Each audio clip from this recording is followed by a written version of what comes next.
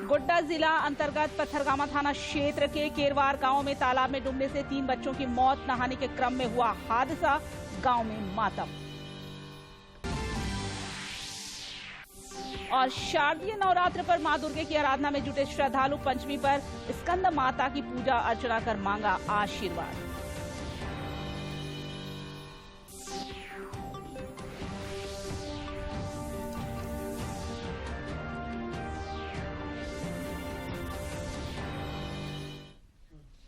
नमस्कार, खबरें झारखंड में आपका स्वागत है। मैं हूं निशा दीपिका सोरेन और समाचारों में आगे बढ़ने से पहले ये संदेश।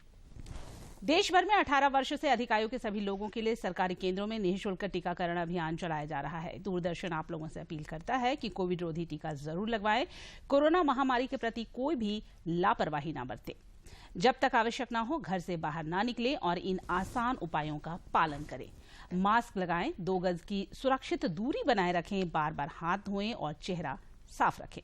कोविड से संबंधित जानकारी और मार्गदर्शन के लिए राष्ट्रीय हेल्पलाइन काम कर रही हैं। इनके नंबर हैं 011239780046 और 1075। इसके अलावा राज्य हेल्पलाइन नंबर 104 डायल कर समस्या का त्वरित समाधान लिया जा सकता है। और अब समाचार विस्तार से। प्रधानमंत्री नरेंद्र मोदी कल सुबह 11 बजे वर्चुअल माध्यम से भारतीय अंतरिक्ष संघ का शुभारंभ करेंगे। इस ऐतिहासिक अवसर पर वे अंतरिक्ष उद्योग के प्रतिनिधियों के साथ संवाद करेंगे।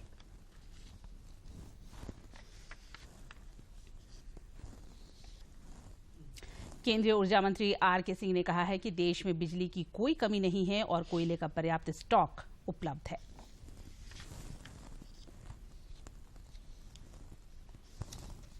वो टाटा पावर का जो नासमझ है उसने एक मैसेज भेज दिया कंज्यूमर्स को कि हमको लोड शेडिंग करनी पड़ती है। क्यों भेज दिया एसएमएस? इसलिए भेज दिया क्योंकि गेल के सीएमडी ने कहा कि या गेल ने एक मैसेज भेजा उसे कंट्रोल रूम को कि 10 या 11 को उसका गैस का कॉन्ट्रैक्ट समाप्त हो रहा है तो गैस नहीं दे पाएगा। अरे साहब, अगर वो बवाना का गैस प्लांट नहीं चलेगा तो कहीं पर लोड शेडिंग थोड़े होगा। हमारे पास रिजर्व है, रिजर्व से जाएगा। लेकिन उसने उठा करके मैसेज भेज दिया और सब पैनिक क्रिएट कर दिया। और केजरीवाल जी भी प्रधानमंत्री को लिख दिया बिना समझे हुए कि क्या स्थिति है। कोयला, ये जहां तक कोयला का सवाल है, मूल बात है ये कोयला के सवाल के बारे में जो चिंता लोग कर रहे हैं ये है। हमारे पास कोयले का जो आज भंडार है, रिजर्व भंडार, वो 4.5 दिन का है, ठीक। लेकिन 4.5 दिन का हमारे पास है, रिजर्व है। ये ऐसा नहीं कि 4.5 दिन के बाद रुक जाएगा, इसलिए कि हमारा जो रोज का खपत है वो रोज का खपत हमको आता है रेक से। करीब 275-280 रेक हमको प्रतिदिन मिलता है। कल मिला 275 रेक।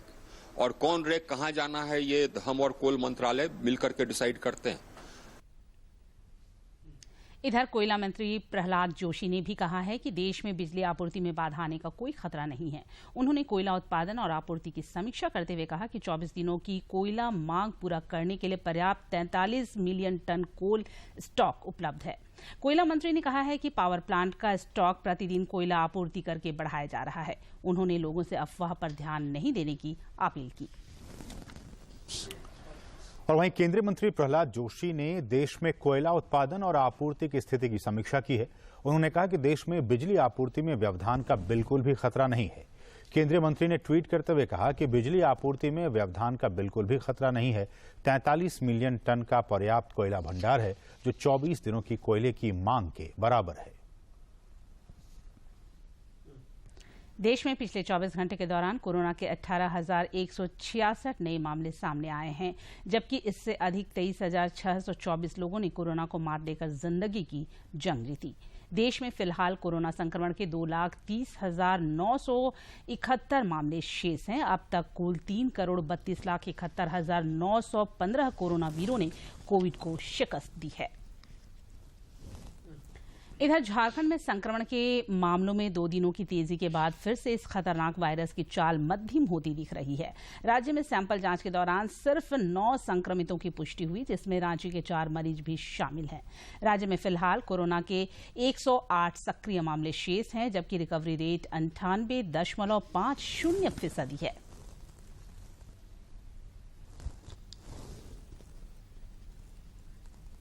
कोरोना से जारी जंग में टीकाकरण अभियान महत्वपूर्ण भूमिका निभा रहा है। ताजा आंकड़े के मुताबिक अब तक देश भर में 94 करोड़ 70 लाख से अधिक टीकाकरण हुआ है।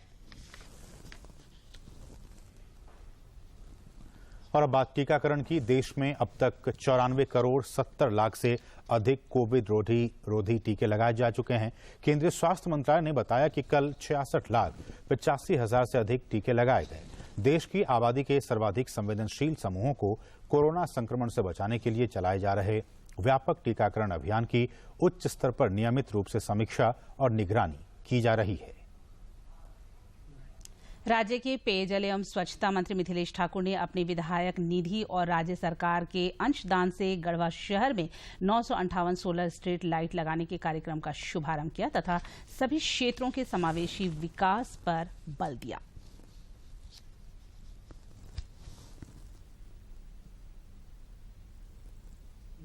कृषि मंत्री बादल ने फिर दोहराया है कि सभी का कृषि ऋण माफ किया जाएगा, साथ ही नए ऋण भी दिए जाएंगे। कृषि मंत्री ने लातेहार जाने के क्रम में लोहरदगा के कुड़ू चौक के पास स्थानीय लोगों से ऋण माफी को लेकर बातचीत भी की तथा उनसे संवाद किया। माफ हुआ, फिर कर्जा मिला नहीं मिला, अरे माफ हुआ, माफ भी हुआ, इसका माफ हुआ, उसको फिर मिलना भी और माफी चलेगा। अभी तो 128 हुआ, धीरे धीरे सबको माफ हो। भाजपा विधायक दल के नेता बाबूलाल मरांडी ने भू माफियाओं पर सख्ती से अंकुश लगाने पर बल दिया है। उन्होंने सोशल मीडिया पर कुछ फोटो साझा करते हुए रांची से सटे रातू थाना अंतर्गत तिलता मौजा का मामला उठाया, साथ ही प्रभावित लोगों को न्याय देने की मांग की।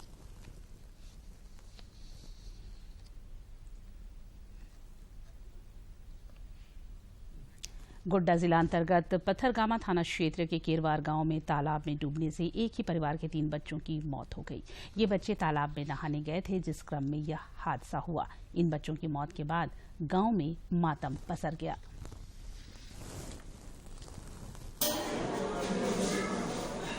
पानी कैसे डूब गया? नहाने में। आप लोग घर में नहीं थे? नहीं, घर में नहीं। आप लोग कहाँ गए? गए थे लुका कपड़ा खरीदने। बाजार गए थे कपड़ा खरीदने? गया था नहाने के लिए और बच्चा डूबने लगा। वही एक दूसरे को बचाने में 3 बच्चा वहाँ डूब गया और वाला जो नहाने के लिए गया कपड़ा खरीदने गया तो देखा कि एक बच्चा तैर रहा। गाँव वाला को हवाला किया, गाँव वाला वहाँ पहुँचा, एक बच्चा मिला। एक बच्चा मिलने के बाद फिर गाँव में हुआ जब 2 बच्चा और नहीं है तो उसको दोनों बच्चा को और तलाश से लोग खोज के निकाला। भारतीय हॉकी टीम के 2022 राष्ट्रमंडल खेलों में हिस्सा नहीं लेने के मामले पर खेल मंत्री अनुराग ठाकुर ने अपनी प्रतिक्रिया में कहा है कि हॉकी महासंघ को सरकार के साथ इस पर चर्चा करनी चाहिए। किसी भी एसोसिएशन फेडरेशन को राष्ट्रीय टीम है, ऐसे बयान देने से बचना चाहिए और सरकार से चर्चा करनी चाहिए, डिपार्टमेंट से चर्चा करनी चाहिए, क्योंकि केवल एक फेडरेशन की टीम नहीं जा रही, देश की टीम जा रही है। 130 करोड़ के देश में मात्र 18 खिलाड़ी नहीं है जो देश का प्रतिनिधित्व कर सकते हैं। एक अवसर होता है दुनिया भर के ग्लोबल इवेंट्स में पार्टिसिपेट करने का, और मेरा मानना है कि उनको एंगेज करना चाहिए स्पोर्ट्स डिपार्टमेंट के साथ, मंत्रालय के साथ, और निर्णय सरकार को करना है। भारत की टीम कहाँ पे रिप्रेजेंट करे ये केवल फेडरेशन तक के सीमित नहीं है, ये भारत को, भारत की सरकार को भी तय करना है। राज्य के मंत्री बन्ना गुप्ता ने जमशेदपुर के मानगो गांधी मैदान को शानदार स्टेडियम के रूप में तब्दील करने की पहल की है। इस मैदान का 3.5 करोड़ की लागत से कायाकल्प किया जाएगा।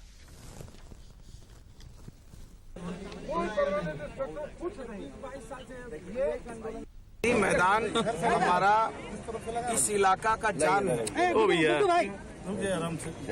गांधी मैदान इस इलाका का जान है। यहाँ से सब बच्चे खेलते हैं, कूदते हैं। यही एक मैदान बचा है जिसमें सभी लोग जो है अपना अपना खेल कूद वर्जिश करते हैं। इसको हम लोग बहुत सुंदर बनाने का योजना बनाए हैं।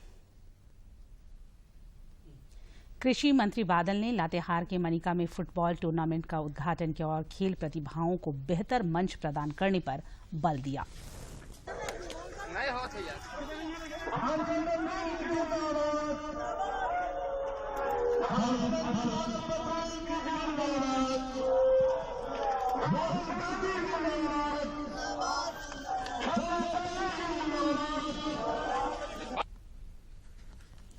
शारदीय नवरात्र पर मां दुर्गे के विभिन्न स्वरूपों की आराधना की जा रही है। रांची के अलावा संताल परगना समेत अन्य जिलों में दुर्गोत्सव की धूम है।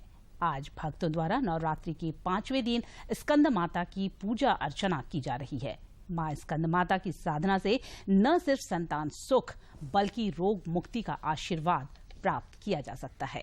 मैया महिषासुर घाती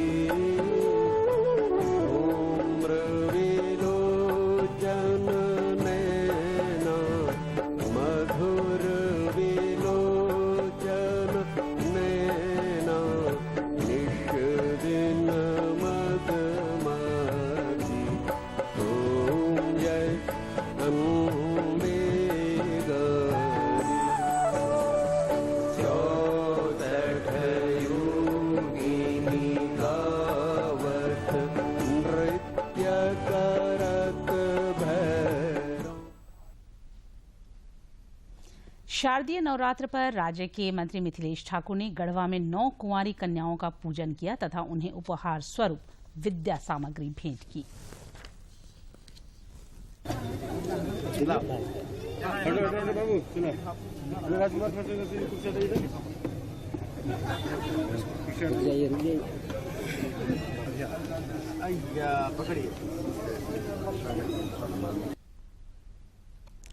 महिलाओं के सशक्तिकरण के लिए काम करने वाली संस्था नारी शक्ति सेना की महिलाओं ने आज रांची शहर में सशस्त्र रैली निकाली।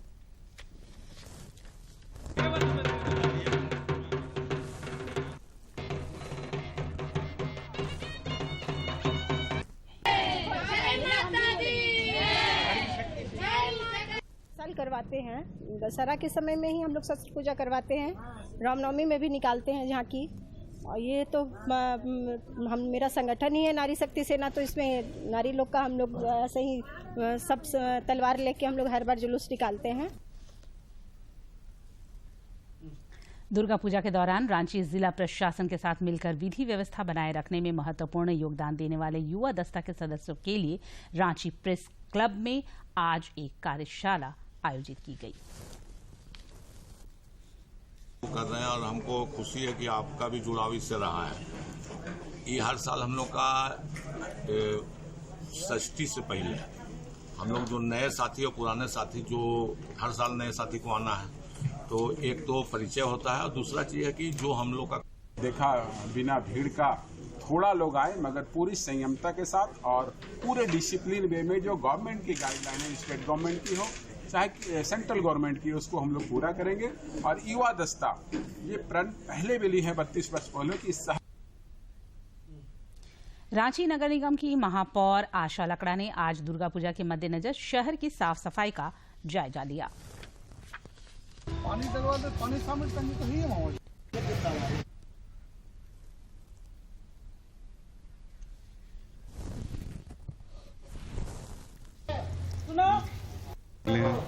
बताया जाए। सबसे बड़ी बात है कि अभी दुर्गा पूजा का समय छठ और दीपावली भी है, तो कहीं ना कहीं हमारे शहर को साफ सुथरा रखना है। और लगातार अभी रांची नगर निगम में 2 कंपनी काम कर रही है, सीडीसी और जोनता, लेकिन कितना काम कर रही है, क्या काम कर रही है, वो सब देखने की बात है। आज हमने निकला है निरीक्षण करने के लिए। हम नागा बाबा खटाल से चलना शुरू किए हैं और अभी अपर बाजार की ओर चले हैं, और यानी कि वार्ड नंबर 20 में घूम रहे हैं, उधर 21 चले जाएंगे। रांची के कांके थाना क्षेत्र और कांटाटोली इलाके से टीपीसी के 8 उग्रवादियों को गिरफ्तार किया गया। इनके पास से AK-56 सहित कई हथियार बरामद किए गए हैं। पुलिस पूछताछ में इन उग्रवादियों से कई खुलासे किए हैं। पद्मश्री मुकुंद नायक के द्वारा रांची के बंगाली युवा मंच के दुर्गा पूजा के स्मारिका का विमोचन हुआ। इस दौरान झारखंड मुक्ति मोर्चा के महासचिव सुप्रियो भट्टाचार्य उपस्थित थे।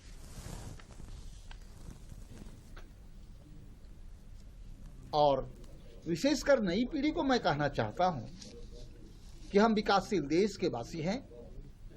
जब हमारा देश आगे बढ़ रहा है, दुनिया आगे बढ़ रहा है, तो हमें भी झारखंड को भी आगे बढ़ना है।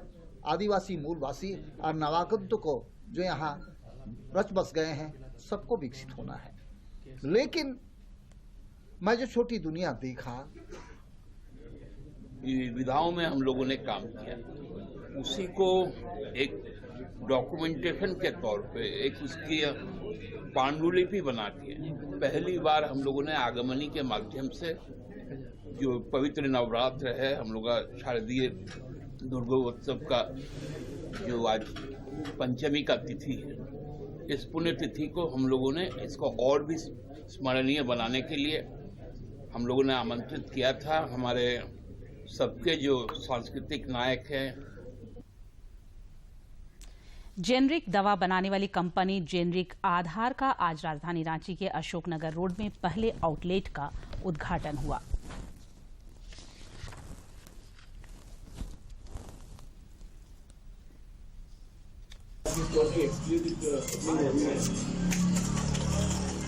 नरेंद्र मोदी जी, हमारे पंतप्रधान जी बहुत अवेयरनेस कर रहे हैं, वो भी जेनरिक मेडिसिन को लेके, और जन औषधि स्टोर्स भी जेनरिक आधार के साथ में जुड़ते चले जा रहे हैं बहुत सारे एरियाज में।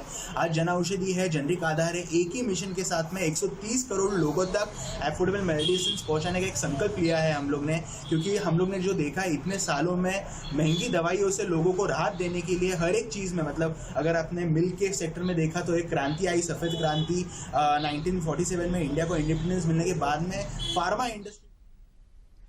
आजादी का अमृत महोत्सव के तहत जामताड़ा जिले में विभिन्न कार्यक्रमों के माध्यम से लोगों को जागरूक किया जा रहा है। आजादी का अमृत महोत्सव की कड़ी में जामताड़ा में टावर चौक के निकट जिले के सिविल सर्जन डॉक्टर एस.के. मिश्र ने प्रधानमंत्री जन औषधि केंद्र का उद्घाटन किया। साथ ही मुफ्त जांच शिविर का भी आयोजन हुआ। शिविर में आम लोगों की स्वास्थ्य जांच की गई और चिकित्सकीय सलाह एवं मुफ्त दवाइयां उपलब्ध कराई गई। इसका फायदा सभी गरीब जनता को मिलता है और ये प्रधानमंत्री जन औषधि परियोजना के अंतर्गत हर जिले में जन औषधि केंद्र का दुकान खोल। इस मौके पर नगर पंचायत जामताड़ा के पूर्व अध्यक्ष वीरेंद्र ने प्रधानमंत्री जन औषधि केंद्र से प्राप्त होने वाली दवाइयों को सस्ती और कारगर बताते हुए कहा कि प्रधानमंत्री नरेंद्र मोदी गरीबों के कल्याण और उत्थान के लिए हर संभव प्रयास कर रहे हैं। साइड इफेक्ट यह प्रदान नहीं करता है मेरे मित्रों। दवाई खाने से भले ही थोड़ा देर से हमें रिलीफ मिलती है, लेकिन अस्थायी समाधान है, फिर वह बीमारी दोबारा नहीं होता। इस दौरान लोगों को जन कल्याणकारी योजनाओं का लाभ लेने के लिए भी प्रेरित और प्रोत्साहित किया गया। जामताड़ा से सुभाष प्रसाद सिंह की रिपोर्ट। रांची के घनी आबादी वाले क्षेत्र हिंदपीढ़ी में ग्रामीण पुलिस अधीक्षक नौशाद आलम की उपस्थिति में आज स्थानीय लोगों के द्वारा नशा मुक्ति को लेकर जनसंपर्क कार्यक्रम चलाकर लोगों को जागरूक किया गया।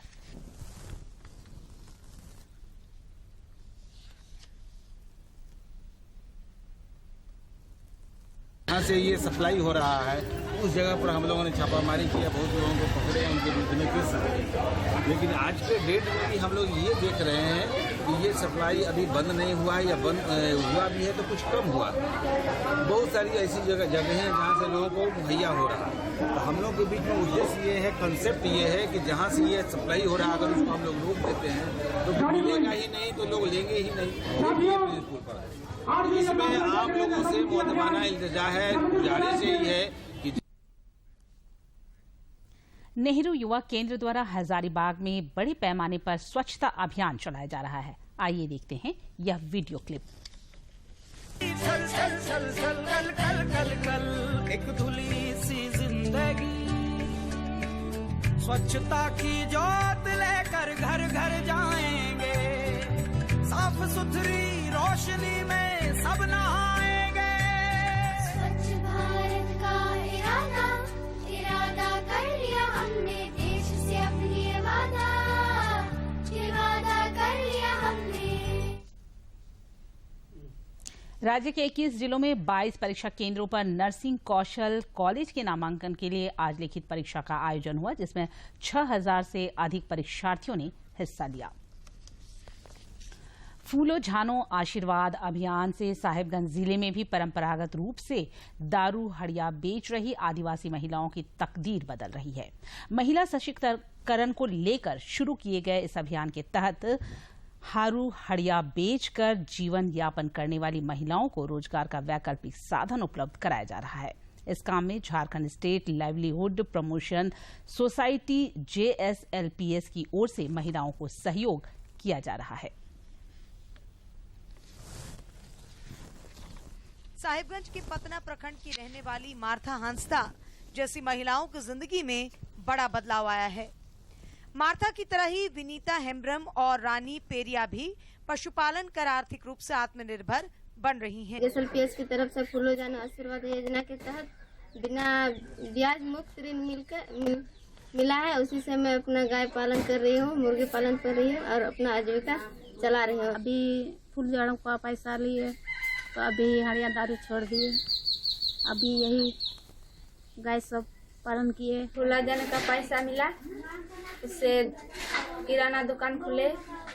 फूलो झानो आशीर्वाद से जो ब्याज रहित लोन मिला उसी से किराना दुकान खोले हैं और लगभग महीना 5,000 कमाई हो रहा है। करके उस सब काम छोड़ दिया, अभी मुर्गी पालन सुअर पालन यही सब बिजनेस कर रहे हैं। बिशनपुर गांव समिति के सदस्य मोहम्मद असलम शेख बताते हैं कि 1 साल पहले तक विजयपुर गांव की दीदियां हड़िया दारू बेचने का काम करती, पर अब सरकार से सहयोग मिलने पर इन्होंने ये काम बंद कर दिया है और इन्हें रोजगार का वैकल्पिक साधन मिला है। पतरा के प्रखंड विकास पदाधिकारी सुमन सौरभ बताते हैं कि 100 से अधिक महिलाएं जो परंपरागत तरीके से हड़िया दारू बेचने का काम करती थीं, उन्हें स्वयं सहायता समूह से जोड़कर सरकारी योजनाओं का लाभ देकर स्वरोजगार के अन्य साधन उपलब्ध कराए गए हैं। बेचते हैं, हड़िया बेचते हैं रोड साइड में, उनको एक सम्मानजनक आजीविका के लिए हम लोगों ने स्वयं सहायता समूह से जोड़कर उनको ग्रुप बनाकर उनको जो है सरकारी सहायता के तौर पर राशि प्रदान करके हम लोग एक आजीविका का उनको एक स्रोत प्रदान कर रहे हैं। सरकार से सहायता मिलने पर एक और ये महिलाएं दारू हड़िया बेचना छोड़कर अब मान सम्मान की जिंदगी जी रही हैं। वहीं ग्रामीणों में मादक पदार्थों का दुष्प्रभाव भी कम हो रहा है। साहिबगंज से संजय गुप्ता की रिपोर्ट। पाकुड़ में स्वरोजगार के जरिए लोग आत्मनिर्भर भारत की कहानी लिख रहे हैं। महिलाओं को भारतीय स्टेट बैंक ग्रामीण स्वरोजगार प्रशिक्षण संस्थान की ओर से इन दिनों सिलाई प्रशिक्षण दिया जा रहा है। सिलाई प्रशिक्षण प्राप्त कर महिलाएं अब आर्थिक रूप से आत्मनिर्भर होने की राह पर अग्रसर हैं। प्रशिक्षण बहुत ही अच्छा ही काम है ताकि घर बैठे सब दीदी काम कर सके और अपना रोजगार कमा सके। कि इस हुनर योजना से हम लोगों का आर्थिक विकास में सुधार होगा और भी महिलाओं को भी हम लोग इस योजना से सिखा करके सिलाई सिखा करके उन लोगों को भी आत्मनिर्भर बनाएंगे, अपने पैरों में खड़े रखेंगे। सरकार द्वारा जो माने महिला लोग को हर पंचायत से एक महिला को दिया ट्रेनिंग के लिए भेजा गया, इससे महिला लोग अपना पैर पर खड़ा होगी और आत्मविश्वास बढ़ेगा। महिलाओं को देने वाले फुलजेंस तिग्गा का कहना है कि प्रशिक्षण के बाद ये सभी महिलाएं न सिर्फ अपने अपने पंचायतों में सिलाई कटाई के जरिए खुद स्वावलंबी बनेंगी, बल्कि गांव की दूसरी महिलाओं को भी हुनरमंद बनाएंगी। ड्रेस, लड़की लोग का ड्रेस, उसके बाद महिला का बहुत सारा जो है ड्रेस, ये हम लोग सिखाना शुरू कर दिए हैं। ब्लाउज हुआ और बहुत सारा जो है वो हम लोग सिखाना शुरू कर दिए हैं। और इसमें जो है ना, जो के बाद में इन लोग को हम लोग स्वरोजगार के लिए भी हम लोग सिखा रहे हैं, ताकि ये लोग अपना जो है ना सीखने के बाद में बाजार में बेच सकेंगी अच्छी तरह से। उसके बाद में उससे इन लोग को इनकम होगा, ताकि रोजगार ये लोग दे सके। अपना तो रोजगार होगा ही, दूसरों को भी रोजगार दे सके। और इसी के तहत हुनर परियोजना है। और प्रशिक्षण संस्थान के निदेशक आर सेट्टी का मानना है कि महिलाओं को सिलाई कटाई का प्रशिक्षण देकर उन्हें स्वावलंबी बनाने की दिशा में उठाया गया ये कदम के जीवन स्तर में बदलाव लाएगा। सरकार और पाकुड़ जिला प्रशासन की ओर से शुरू किए गए इस प्रयास से न सिर्फ महिलाएं आर्थिक रूप से सशक्त हो पाएंगी, वहीं खदानों तथा क्रशरों में काम करने वाली और बीड़ी बनाने वाली महिलाओं को अब अपने गांव में ही काम मिल पाएगा। इससे स्वास्थ्य संबंधी बीमारियों से भी निजात मिलेगी। पाकुड़ से राम प्रसाद सिन्हा की रिपोर्ट। ग्रामीण क्षेत्र की महिलाएं अपने हाथों के हुनर के दम पर विकास की एक नई इबारत लिख रही हैं। समूह की ताकत से इन्होंने अपने लिए रोजगार के कई नए रास्ते तो खोले ही हैं, साथ ही समाज के विकास में भी महत्वपूर्ण भूमिका निभा रही हैं। फर्राटे से ट्रैक्टर चला रही ये महिला रांची के ओरमांझी की सुतकी देवी हैं। फिलहाल ये अपने ट्रैक्टर से मनरेगा योजना को पौधा पहुंचाने जा रही हैं। ये अलबेला महिला समूह की सदस्य हैं, जिन्हें मनरेगा के लिए नर्सरी तैयार करने का काम मिला है। सुतकी बताती हैं कि ट्रैक्टर चलाने का हुनर होने से इस काम में इन्हें दोहरा लाभ हो रहा है। और उसमें जुड़ के और मनरेगा से हमको काम मिला है, उससे हम ज़्यादा काफ़ी पैसा आमदनी आ रहा है और हम पंचायत में भी हम पहुंचा रहे हैं और वहाँ से हमको पैसा भी मिल रहा है और हम खुद हम पहुंचा रहे हैं। अपना ट्रैक्टर चला के वहाँ पौधा हम भेज रहे हैं पंचायत। समूह से जुड़ी एक दूसरी महिला कर्मी देवी का कहना है कि महात्मा गांधी राष्ट्रीय ग्रामीण रोजगार गारंटी योजना मनरेगा की वजह से घर के नजदीक ही काम मिलने लगा है और अब उन्हें मजदूरी के लिए शहर जाने की जरूरत नहीं रही। रांची काम करने जा रहे थे, तो अब हम नहीं सकते हैं, तो हमारा गोतनी यहाँ करता है, तो हम खट रहे हैं। हम यहाँ हाँ संभरा रहे हैं। हम कल जाएंगे, हम रजा कुली कमाने। हम देख रहे हैं सब के। ग्रामीण क्षेत्र की महिलाओं को समूह से जोड़कर उन्हें रोजगार उपलब्ध कराने में झारखंड लाइवलीहुड प्रमोशन सोसाइटी की भी महत्वपूर्ण भूमिका है। जीएसएलपीएस ने प्रत्येक प्रखंड में महिला समूह को 2-2 दीदी बगिया तैयार करने का काम दिया है, जिससे महिलाओं को अगले 3 वर्षों तक रोजगार मिलता रहेगा। हम लोग पौधा को तैयार किया और आज हमारा पौधा सारा तैयार हो गया है और इसमें सरकार की बहुत बड़ी भागीदारी है कि उन्होंने महिला समिति को, ये सखी मंडल को ये काम करने का मौका दिया और दीदी लोग भी इस मौका में काफ़ी बढ़कर के हिस्सा ली है। और महिला उन्नत समाज की भावना के साथ महिलाएं तेजी से आगे बढ़ रही हैं। केंद्र प्रायोजित योजनाओं की मदद से इनका आर्थिक सशक्तिकरण तो हो ही रहा है, पलायन को रोकने में भी इनका प्रयास काफी कारगर साबित हुआ है। रांची से अवधेश गौतम की रिपोर्ट। और अंत में मुख्य समाचार एक बार फिर।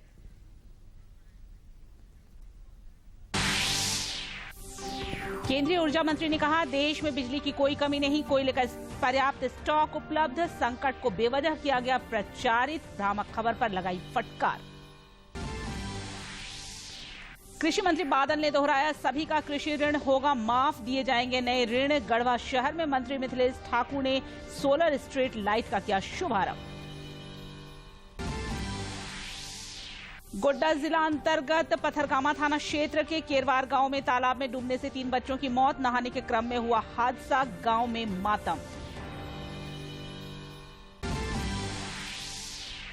और शारदीय नवरात्र पर मां दुर्गे की आराधना में जुटे श्रद्धालु। पंचमी पर स्कंद माता की पूजा अर्चना कर मांगा आशीर्वाद।